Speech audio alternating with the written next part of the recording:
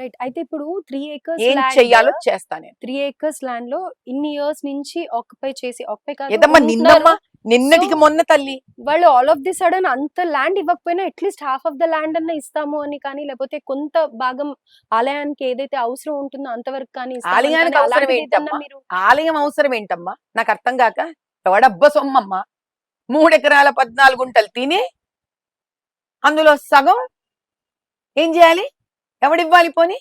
ఎవడివ్వాలని ముందుకు రావాలి?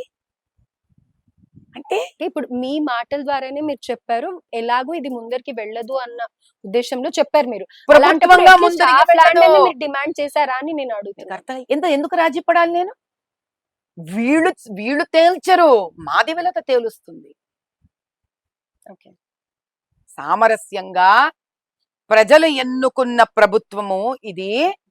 ఆ ప్రభుత్వం కింద పనిచేస్తున్న అధికారులు వీళ్ళకు ప్రభుత్వంతో సంబంధం ఉండకూడదు. వీళ్ళు ఒక వాగ్దానం చేసి, ఒక ప్రతిజ్ఞ చేసి ఐఏఎస్ ఆఫీసర్లు, ఐపీఎస్ ఆఫీసర్లు, ఎంఆర్ఓలు, ఎండోమెంట్ కమిషనర్లు అవుతారు అన్న ఒక స్వచ్ఛమైన ఆలోచన ఉన్న వ్యక్తిని కాబట్టి నేను వీళ్ళ దగ్గరికి వెళ్ళాను. నేను